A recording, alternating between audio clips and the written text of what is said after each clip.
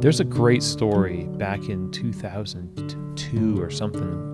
Broadway Cafe Roastery in Kansas City. They were chugging along, great. They did great coffee. And then Starbucks opened directly across the street. Oh, RIP. Just, That's it. Starbucks went out of business because of that, because of the relationships, because the fact that they're serving, it was like a direct compare and contrast. It was such a heroic story for all of us in coffee when it happened. All these fists were just in the air, like, yes, my God. Starting a coffee shop is easy.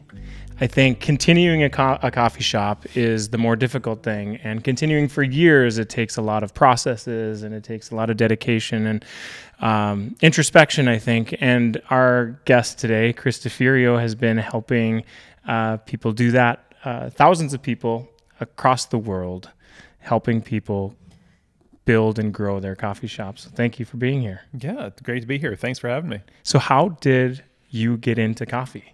Yeah. Long story short, it's been 22 years now since I've been in coffee, and it was like anybody else's experience, I suppose, where you discover it as a sort of an addition to your lifestyle. Like in 1999 or so, I discovered a coffee shop and was journaling there, listening to music and drinking the coffee and realizing that I could actually taste the flavors in the coffee. I had no prospects for what I wanted to do with my life, honestly. I was just kind of like spinning my wheels as a young man. And literally at my desk one day, I was working at a ministry school at the time in the Midwest, and I sat up kind of in my chair and I realized I'm going to do coffee. And I mean, literally it was just as easy as that. And I never looked back. And I just started researching it. I said, I'm going to learn as much as I can. I became a really annoying fanatic. Like, I'm very seriously annoying. But, on campus, I became the coffee guy, like set up coffee shops for events that would happen, and had coffee in my office, of course. And so from there, I went on to work in coffee as a barista and got a taste of what the real world of working in coffee was like, not just loving coffee. And to your point, the way you introduced it was like perfect, because, you get immersed in the idea of it. And then when you become immersed in the reality, it's just challenging. I was fired from my first coffee job. Is that right? Yeah. What was your coffee job? I was just a barista, at the place where I began to love coffee. In fact, fun story, I have the owners of that coffee shop. This is the 30-year anniversary of their shop this year. Really? That I was fired from on my show coming up in a month. Oh, yeah. Awesome. They personally fire me. The manager did, but I deserved it. That's the thing. Because I was really into coffee, but I don't know that I was the best employee, And to me, it felt like one and the same, but that taught me that it wasn't. But it just kept going. Right. So... yeah. And from there, I, discovered the beginning of the third wave of specialty coffee with an account in Tulsa, Oklahoma of Cafe Vita. They were selling their coffee to this place called Nordagio's. And I had espresso there, and it was sweet, and it had some latte art on a macchiato, and it was just like another world was opened up. So just more momentum, more coffee jobs, more learning. And that's how it kind of snowballed. Yeah. Absolutely. And now you are the host of Keys to the Shop, which is, what's the listenership on Keys to the Shop? It's huge, right? Yeah. Well, the milestone that we reached recently, a few days ago, was 2 million downloads show-wide, which is crazy to me. Very cool. So the show had been born from a desire to, as a result of my own learning, give sort of a platform to thoughts and other people's thoughts on practical, actionable coffee shop business tips and insights. Not that I thought that I needed to help the world with my own insights necessarily, but I was a big fan of business podcasts because I couldn't find similar kind of content for coffee specifically. So you'd have to go to another industry, take that, and then apply it over the top of whatever you're doing. I thought it'd be nice if we had something that was very focused on shops, stories of owners and the real life of coffee, because it often is shocking to people when you get into coffee, like, oh, I wasn't expecting to deal with all these people problems or financial problems or leadership issues. Yeah. There's kind of a romance about the coffee industry and feeling like it's a dream of a lot of people to open a coffee shop. And then I think when you begin and then you realize, oh man, there's numbers, and oh man, we need to, make these ends meet. Yeah. What can we do? I mean, you're exactly right. So looking online, help for a coffee shop, owning a failing coffee shop myself at the time, like you were the first one to found keys to the shop, know? So, is that, what do you think of that? Seeing, isn't there a romance to coffee unlike other industries? Well, yeah, I think there's a romance to it, especially because we inherently want connection. And sometimes I think we forget how to ask for it directly. And so if we can get it tacitly through gathering on the excuse of, oh, coffee is the vehicle on which we can, sort of safely gather without like directly asking for help, like I want to be around people. And so we all want that. And so we recognize its value. We recognize community as one of the main drivers for people that want to start coffee shops. There's several reasons why someone would want to do that, but that's one of the big ones. So the romance of it is caffeinated. First of all, it's fueled by just the caffeine itself. Mm-hmm. The scene of a coffee shop it's like this like loving, frenetic kind of environment. It's portrayed in movies all over the place. It's in writing all over the place. And so the dream is, hey, I want to open one of those because that feels like, I don't know, my own little central perk. Yeah. Basically the same. Yeah. My own little central perk, my own sort of, I'm presiding over something that I want for myself and I'm providing it for others. So there's this like healthy mix of like selfishness and altruism mixed in together, Yeah. So do you see a lot of people who come to you like, oh man, this isn't what I thought I was getting into. I'm buried in like small business loans. Help me get out of this, or what? Or do you see what do you see most? A lot of people who are just starting coffee shops come to me, and then there are people who have coffee shops who have the desire to scale, and or improve a certain aspect of their business, maybe something like their training processes, because they notice that something is not exactly where they want it. And it's our job to work together to move it in the direction of where they want it. When it's a new person who's opening a coffee shop, it's always going to be, there's all these resources online. They'll teach you or tell you like, you have to have this business plan. You have to have syrups, you have to have coffee, but then you just have this pile of like advice and ingredients that you like hoard from the internet. But how do you put it all together? And so helping people walk through that is part of what I do. But to your question, I suppose, is what is the main thing that people say if they're kind of in trouble, I suppose. Right. It's usually around losing control of the culture, or getting to a place where they feel like they have no idea what to do anymore. That could be even before they open their coffee shop. They thought they were in a good place, and now they got conflicting information, and they don't know if they can open it. So sometimes they're right. Sometimes, there are people who come to me who I've, told that they shouldn't open a coffee shop. Is that right? Yeah. I mean, not everybody should. That's true. Yeah. Maybe not what they want to hear. Well, but you said it, opening a coffee shop is easy, but you made a different statement, which is running it is hard. But the reason why it's easy is because we have the internet. We have the recipe, like the coffee shop in a box. Yep. And it should work. Like, imagine that word should Right. work, because why is it not working? So we run a wholesale roastery, and we do see like new facilities open up, and the idea is we'll just put a coffee shop in the corner because it'll just be another profit center, you know. Yeah. Right. And it almost never works. We try to help when we can, but you definitely see this. Well, people like coffee, and people will buy coffee, but just because it is there does not obviously mean that people are going to go there and Right. buy the coffee, or that the coffee will be good. What makes a coffee shop successful? Okay, well, I will answer that. I'm curious. I'm going to put you on the spot because you said it never works. And so I'm curious, like when they fold, or if they fold, or if the conversation happens about like, oh, I don't know what's going on. What does that conversation usually look like?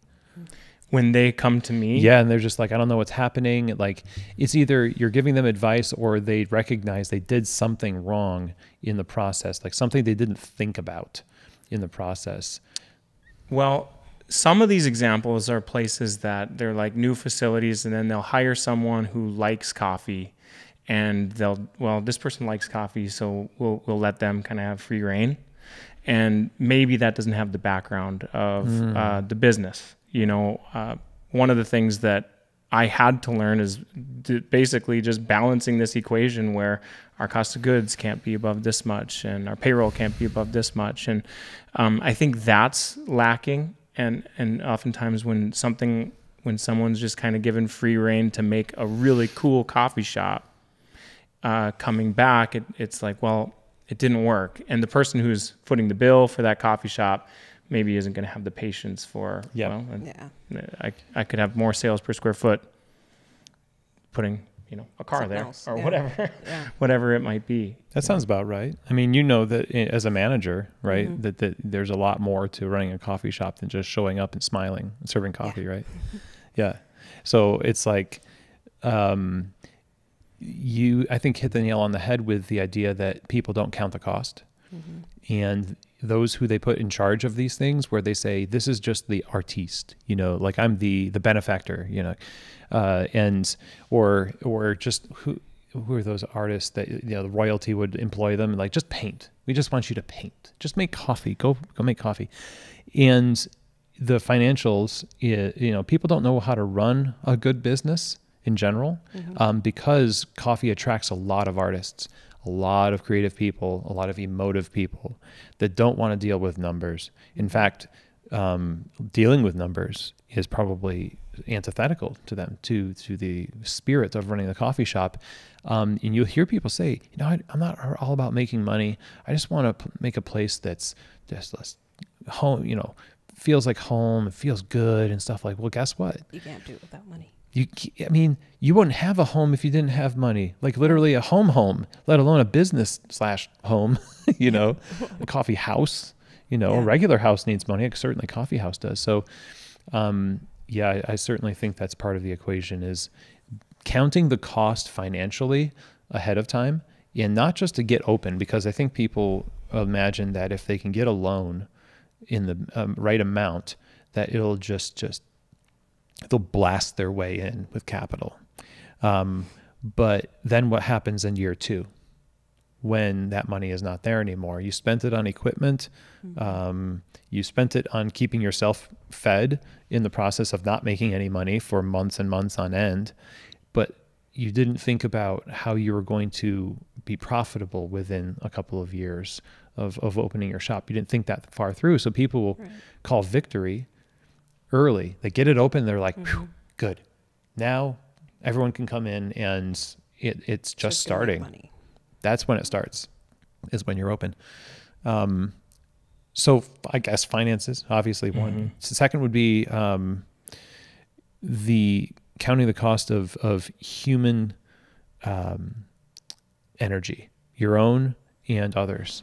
So you're going to be working with willful and just unique people, the public. You're going to become a different person as a result of doing this.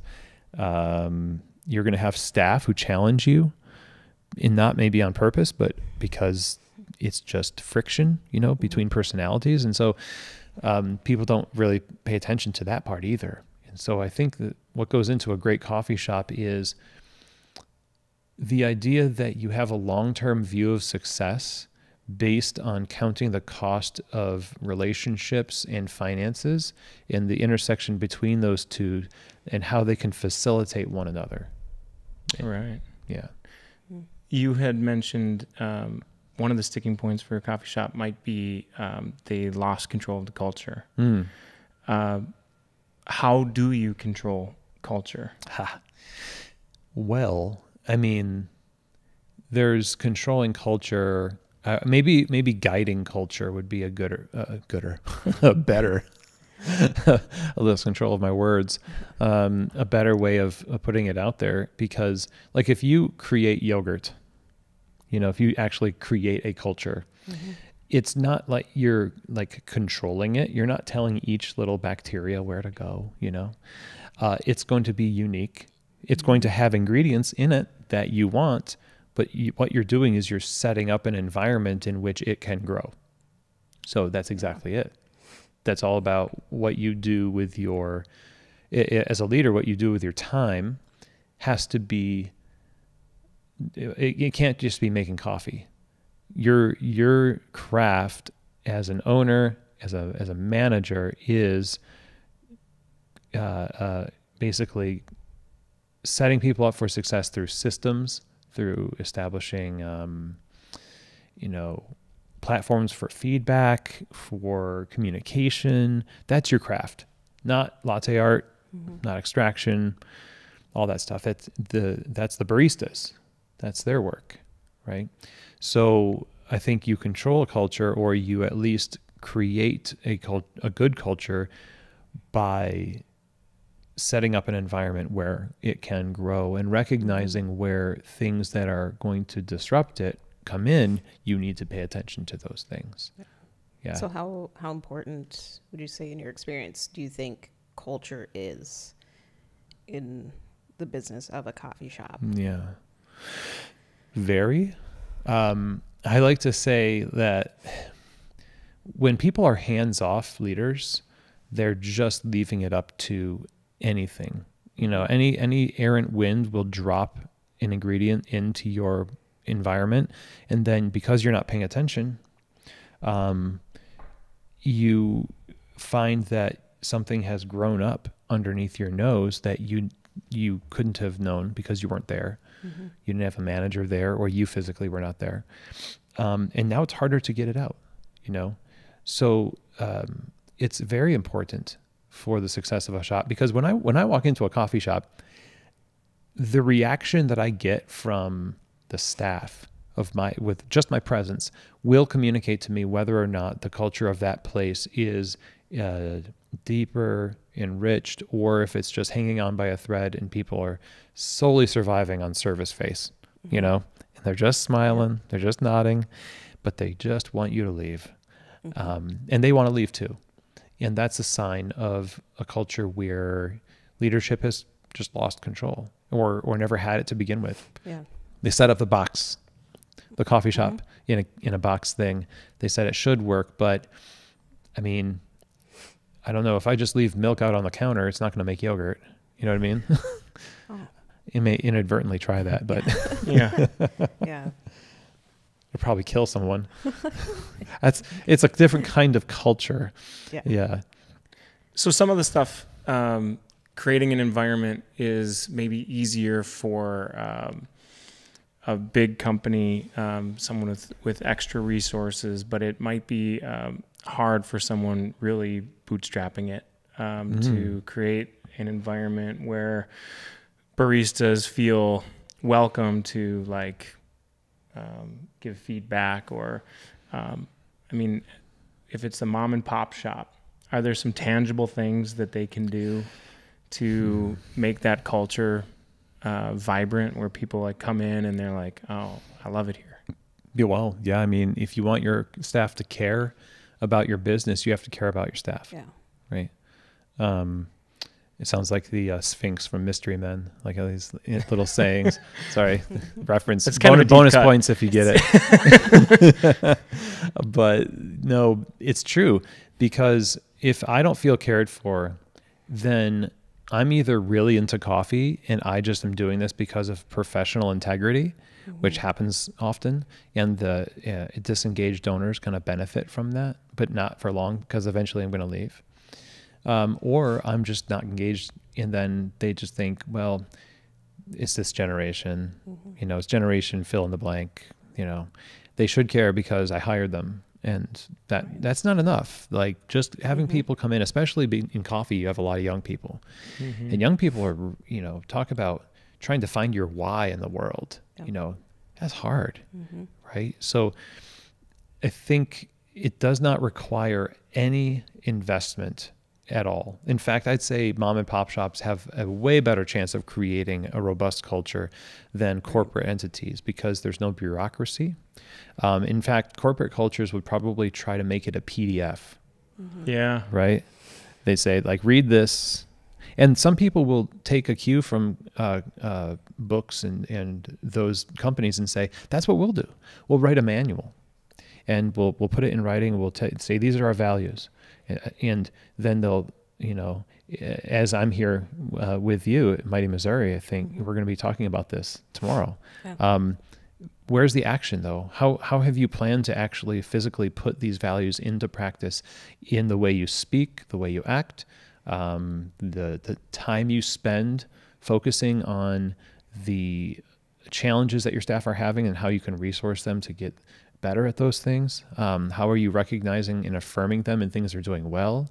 So you are the asset as the owner and the manager in any capacity. If you have authority, that power is not for you. That's for distribution, right?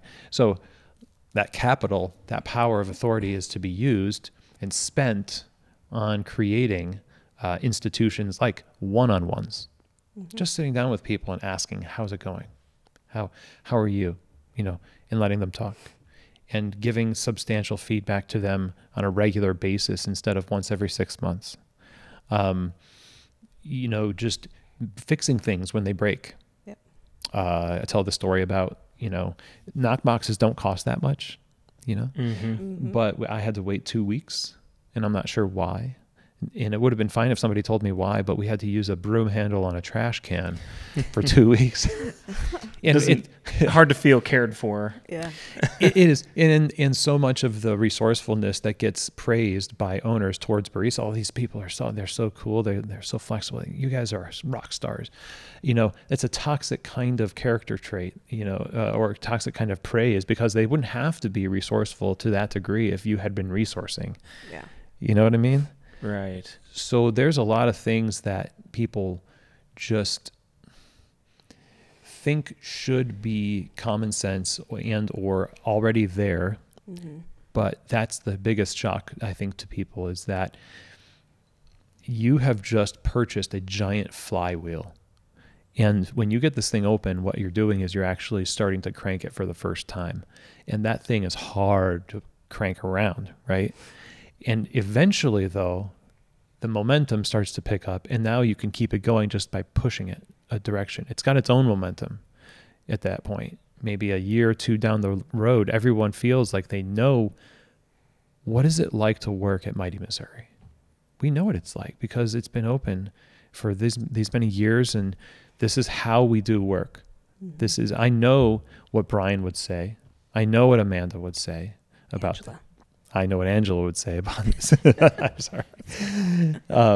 The idea is that you encode your values into the life of the business, and that's your art.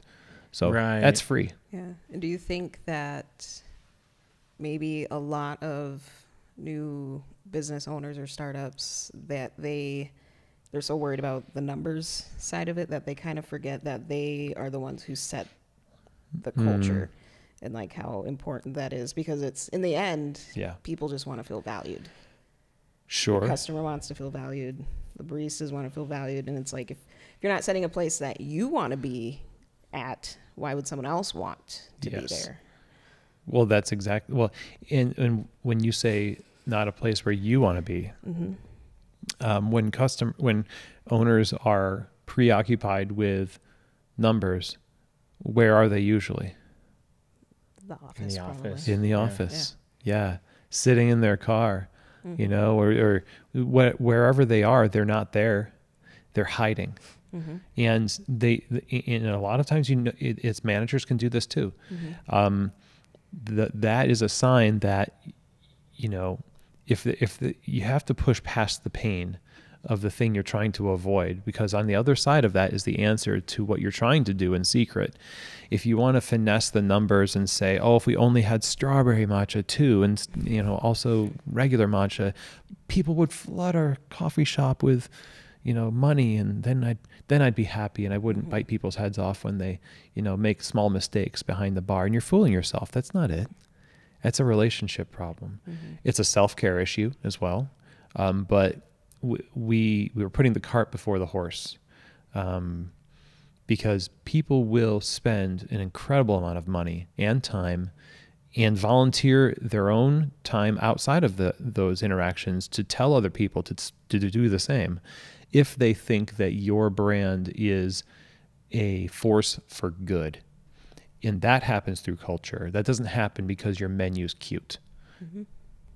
It doesn't matter how good your menu is. I mean, Kitchen Nightmares had some places on that show that had all right menus with not all right people. It always boiled down to the same thing. These people are not all right, and they're not treating their staff well. And that's why I say not everybody should open a coffee shop. And somebody opens it and they say, well, it's a trend. I just like seeing myself as an owner, like, watch out. This is not a mirror. This is something that's meaningful to people. And when you open a shop, you're tapping into the expectations of your community that you are either going to disenfranchise or uphold. I think it's one of the two. Right. So now I think we're facing a labor shortage.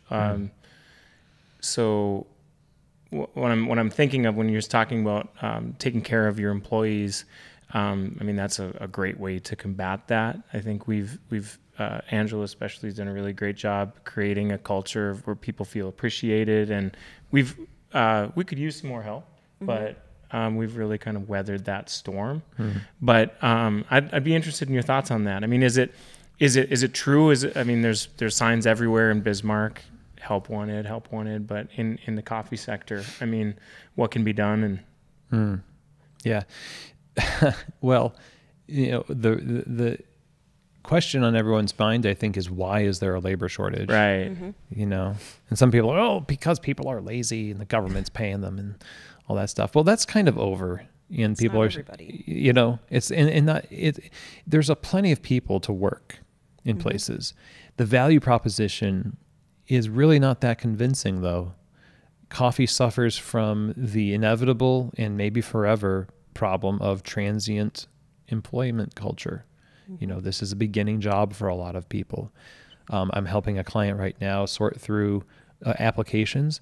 Tons of them are just under 18 with very limited availability. They maybe worked in an ice cream parlor at one point, and it's like, rarely do you find someone who's like 25 or like 28, you know, Right. because people don't perceive a coffee job as a professional job, and there's a stigma around it. And so coffee has really got a chip on its shoulder where it says, well, we don't have to explain ourselves. We know it's an art form. We know it's a real job. You know, we're super annoyed when people, you know, what's your real job? You know, so we just get all huffy, but we don't innovate. So I think the future of coffee bars is just, you know, the direction we need to head, and I'll get to maybe how is that we have a smaller staff that is way more highly trained, that acts almost like managers of yesteryear acted and did work. There's more expectation, and higher rates of pay with a smaller team that has a higher output. because right now coffee shops are stocking up on tons of part-time labor that only can work like 10 or 15 hours after their babysitting job, per week. So you've got one shop, past client of mine, only one shop, 17 people work there. 17. And our goal in our conversations was, and they're on their way towards this, is to narrow it down to more full-time people and to to train people up to take on more and create more efficient systems in the shop, so that, maybe it's that people are wasting steps making coffee, and you need all these people, and that may be true because your systems suck. That might be it. Right. So that's the direction we're going to have to head. And automation also can help us get there. But the value proposition needs to change. So where do we get employees? So if I had to ask you, where do you think most coffee shops get employees? What would you say? Other coffee shops, maybe high schools. High schools, or where do you put the job posting out? Internet. Instagram, Instagram, Facebook, and then Indeed. Any Indeed kind That's of thing. the holy trinity of tried that not working. Hiring. Yeah, and a help wanted sign. Yeah. Yep. Help wanted sign. Okay, and Begging. that sometimes you bring in some people, and other times not. But help wanted signs are great. But what sections of our town have we not gone to and actually, sat down and solicited time to talk to people face to face about opportunities to work in our place, like a grown-up job. We're not at job fairs. We're not, because actually we believe that the job we're hiring for isn't that great. That's why we're not there. Our actions prove that we have a discounted view of the role, because we don't want to go out of our way to stock it because it's just a barista. And now we're starting to see it's not just a barista, because it hurts to not have the staff. Yeah. So if you can go to different parts of town to set up or post flyers in community bulletin boards or community colleges and talk to administrators and guidance counselors to give them pamphlets to hand out to people that might be, they want employment, they show promise, even if they're young people. I'm not saying young people are bad, but you just want more of a pool to choose from. Right. Then go where the people are. Yeah. Right. So that's one way, I think. Yeah, and that's interesting because it sounds like there could be a cultural shift in like the business part and working at a coffee shop, because I've always looked at it. I get it. The life of a barista is probably a year. I understand that when I hire them. And if it's a supervisor, probably get them for another 1 to 2 years on top of that, but I also have looked at it as an outlet for especially high schoolers or young college students to learn how to interact in a healthy culture, get their interpersonal skills. And I ask everybody who, no matter who it is, day one, if you want to learn something, let me know so that I can help you grow. And so, I don't know, I think that should be in any kind of business. Yeah. But that's interesting. A lot of people do think of a coffee shop as just a coffee shop, but I happen to be doing what I want to do. It's just in coffee. That's good. Yeah. And so I don't know. It's like there should be a little bit of a change in like trying to hire those people. And like, I like, being able to hire within and promote within. And so I really do take time to invest in the people I have. But yeah, that's just interesting. The online presence also, and I like your points about the basic life skills that you get to learn on the job, and if you set it up right, you're basically training future professionals in other industries through these temporary jobs that people have, and you don't have to keep them forever for them to want to work for you. And for them to be amazing assets. Reputation is a huge reason why somebody would be attracted to work for you. Reputation is not solely based on macro lens shots of like latte art on your Instagram. If you're involved in your community and you are an ever-present presence in events, and in people just know you that well, then the idea that you're going to learn something is going to be a bygone conclusion. But if I go to a coffee shop and I apply to work there, if somebody says, let me know if you want to learn anything, I would say, about what? Mm-hmm. What are you talking about? Because this is just a coffee shop. I thought I was just going to learn about coffee. Yeah. No, life skills. No, what? This is a coffee shop. Mm-hmm. So I think if you become something more than a coffee shop, at least in the way that you present yourself to your community, people will automatically assume it's a better job than just making coffee. Mm-hmm. It's being a part of something bigger than yourself. I don't know if Forbes put this out. It might be Forbes for a long time, like best business in America competition or something. Wegmans grocery stores in the Northeast was one of them. And I worked there for a time in upstate New York. And it's a grocery store. You know, you can go to any grocery, Kroger or, Safeway and other places like that. And you're not going to be like, I really want to work at a grocery store. That's what. But there's something about a place that you go to that has curated an experience in a brand so heavily that people will want to, there's an aura around it.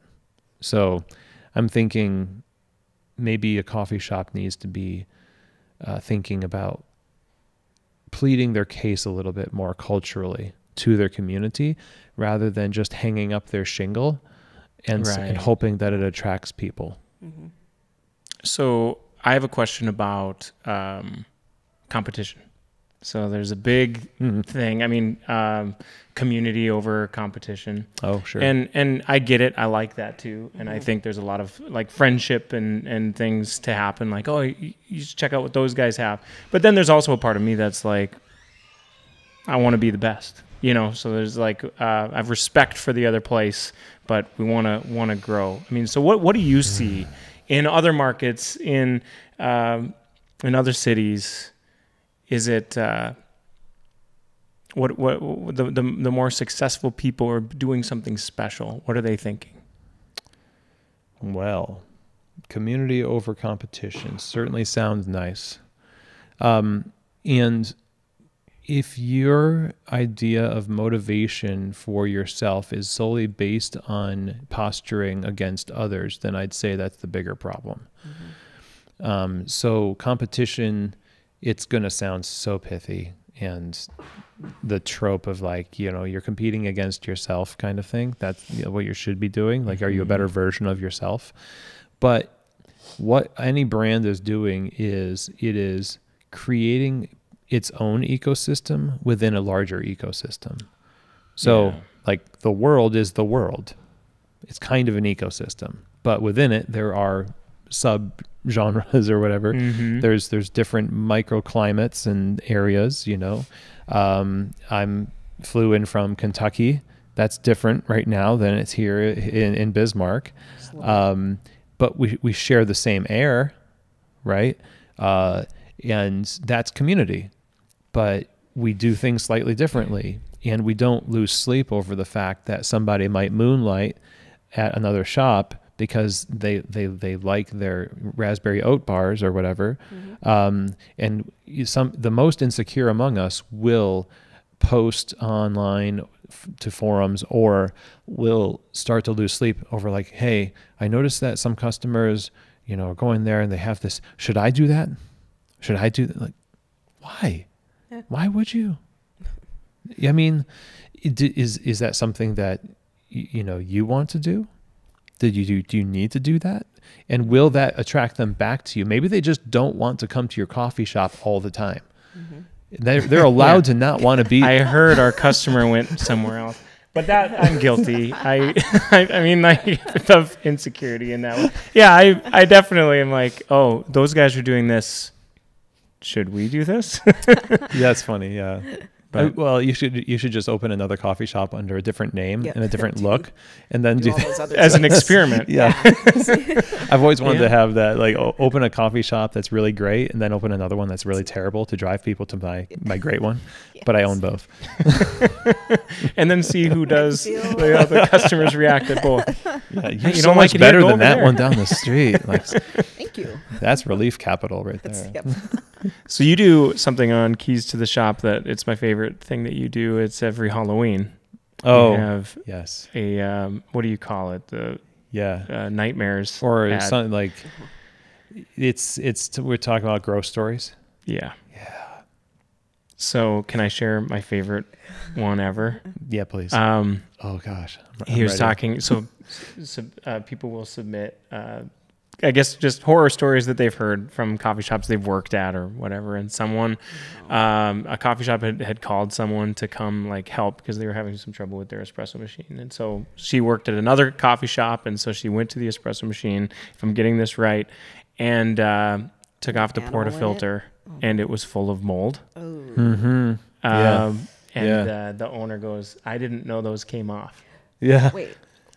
So I'm not sure. Yeah. I'm guessing they weren't putting new coffee in. So Yep. yeah, the No. portafilters, obviously, you put ground coffee in the portafilters, you tamp that coffee, and then you run water through it at the And then espresso you get a machine. new one. And then you empty that in the No. knock box and get a new Yeah, one. yeah, and yeah. so obviously this has been sitting there for a while, presumably the lifetime of the coffee shop. So that was a good one to me. That's disgusting. There's some pretty gross, those gross things like the mold or just things that get like milk that gets caked onto the bottom of like the floor of the fridges that never get pulled out, or people that build coffee bars where nothing is mobile. Everything is just bolted in, but then you spill chocolate and you're like, that's there forever. Milk. Literally there forever. It's like that Seinfeld episode where the grape goes under the fridge. You're like, we have to find it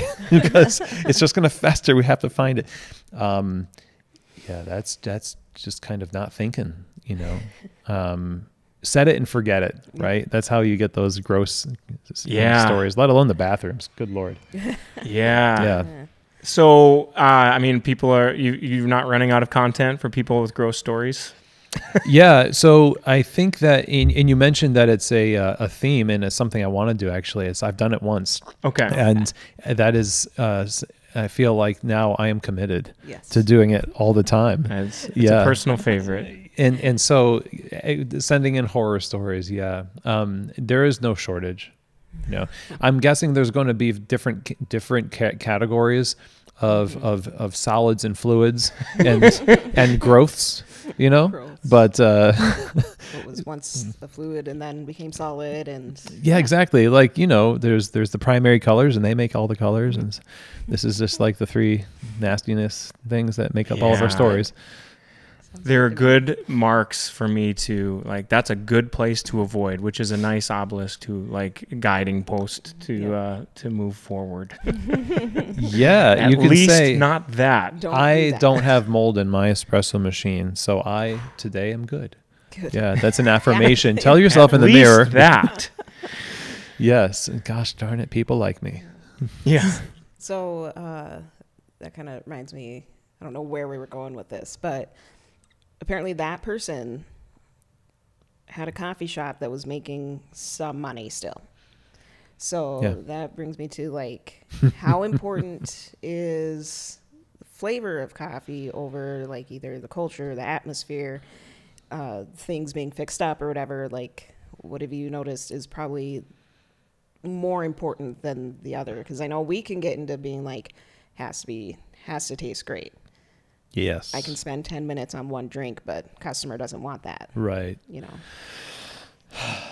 Well, yeah, flavor, I think, especially today, it is important. Absolutely. Chasing specific flavors is, I don't know if it's fruitful. I think consistency is absolutely True.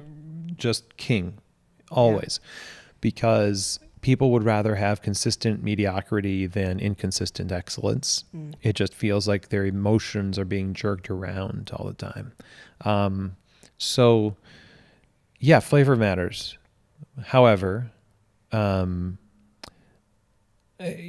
say that the culture and the feel of a place will make something taste better or worse, Yep. and how I feel about a place. Like I was describing to you earlier, Brian, that there is a place that in my early days of coffee that served terrible coffee, but they're like 30 years old or more, and it's a small, tiny little shack of a place, and they still are going, and I so respect that, and I will drink coffee from there, and it will not win a competition, but it'll win my heart, So I think what's interesting about what we do is that we feel like we have to choose between things. So even in the question, it's like, how important is quality? Somebody might be saying to themselves, okay, I'm just waiting for a win here. So if I have really good quality, that's going to win the day. We're not about all of this like culture stuff, but we have the best coffee in town. Well, I'm not all about this quality stuff, but everyone's happy. You could do both. Do all of it well. You have the capacity to do it. Why are there so many condiments out there in coffee? It's because people don't pay attention to quality of their coffee, and so we have to fix it. So we've multiplied our defense mechanisms against people's inability to create a consistently excellent coffee, and we call them menu items now. Right. They were born from a lack, and now they're there forever. Yeah. Well, that's good. That was good. What strikes me about the person who has the moldy espresso machine is that someone liked the latte from there. They had That's true. Yeah. they had customers. Yeah. They had to have. Did they right? though? Did they like it? I don't know. And they came there, like you could hold customers hostage. Like you could be in a one coffee shop town, and like where else are you gonna go? That's true. To get these fancy coffees, I want to feel fancy. I want to go out and then get a latte. This place serves lattes. And that's all they know. There's no way to compare it against anything else. And so then all of a sudden, some competition comes in. I don't know. They come in from California, and they know coffee. They open up in the Midwest, and then all of a sudden, flavors are there. And the person who had the independent coffee shop that didn't try very hard and just kind of subsisted on the ignorance of the masses, is mad. They're not from here. They're not local. You should be mad at yourself. You had every opportunity, especially because you have the internet in your hand. You could go and learn about coffee. Yeah. So we had an episode on the show talking about how local does not equal quality. Correct. Just because you're from here, serial killers live in places too. Like they're from here. Yeah. They do. Yeah. The day that I opened, there was a new the Bismarck Tribune. There was a big above the fold. A new roaster was coming to Bismarck, and the quote was, "It's time for Bismarck to have good coffee." And it's just this heart sinking, that's what I wanted to do, and by that time you're committed, and so it's like there's been challenges, and that's a headspace thing that is still a challenge, and you learn, but let's stay in our own lane. Let's keep doing our thing. Let's do better. Yes. Which is difficult and a learned behavior for me, because before it was like, oh, it doesn't matter what we're doing. I'm focused on what other people are doing, and that's what's getting my attention, because I fear that what they do is going to reduce what I'm doing. Well, in COVID, when everything hit the fan, it wasn't the corporate entities that were supported by local communities. It was the local coffee shops that had been investing into their customers that created a tie between them, and they had ownership in that. And that wasn't something that was in the business plan. That was just a thing that happened over time. And you can't buy that. There's a great story back in 2000, 92 or something way long ago. Broadway Cafe Roastery in Kansas City, Missouri. They had their space. I don't know what street it was on, but it's their original roasting space, still open today. And they were chugging along. Great. They did great coffee. And then Starbucks opened directly across the street. Oh, RIP. Just that's it. Starbucks went out of business because of that, because of the relationships, because the fact that they're serving, it was like a direct compare and contrast. It was such a heroic story for all of us in coffee when it happened. All these fists were just in the air, like, yes, my God. So that's what I think we should be shooting for. Earlier I said the long game in relation to when you start a coffee shop, what you're hoping to get in return. The return on your mission is really what I was talking about. If you want to open a coffee shop for community, you can't just it doesn't happen immediately. It's not a fast growing thing. Fast growth is unstable. And you want deep roots, you want stability, and something else to think about is the fact that fruitfulness is not something that's supposed to happen all the time. Yep. If you get apples at a particular time. The rest of the time, the tree is working at making them. So we always think, oh, I'm supposed to be just on all the time, doing things, hustling. And, not so. You have to be profitable, but we kill ourselves and we miss opportunities for deepening those relationships because we're trying to, like you said, your like vision is so far out here, you're missing what's right in front of your face. So as we kind of bring it in for a landing here, do you see some specific opportunities for the local coffee shop and what might that be? Competing on hospitality has to be what we focus on. You obviously can create great coffee. In this day and age, great coffee is very common. Maybe not exactly in your neighborhood, but you could find out about great coffee way better than I could when I first started. So yeah, you should have great coffee. I think that's a bygone conclusion, right? So, but what you can't replicate is personality. And if you want to compete, if you want to be healthy, you compete on hospitality two ways: behind the counter and on the other side of the counter. So to your staff, you create an environment where the culture is able to grow and people are showing each other hospitality, peer to peer, staff to manager, manager to staff. There's mutual empathy between these groups because we're coming together on a purpose. This is part of what we do. It's not something we hope happens in the midst of the work. It is the work. That's what we do. And then it extends out to the customers. The customers are also given that purposeful, this is what we do treatment. We want them to experience a very specific, flavor or seating experience or temperature or language and or transference of knowledge about a product. Then we have to plan that out and we have to be purposeful in how we do it.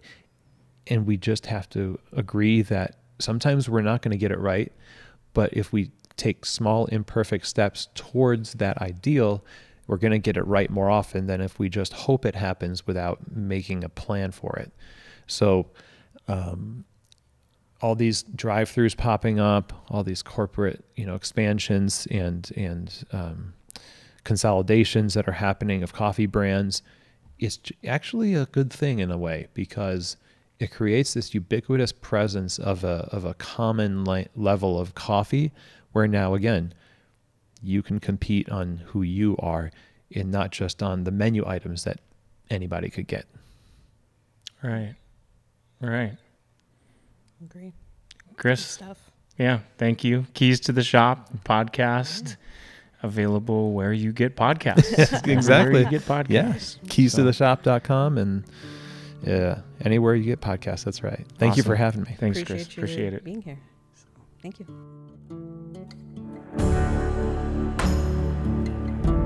Thanks for tuning in. I'm Brian Jackson with Mighty Missouri Coffee. With me is Nolan Johnson with Quantum Digital.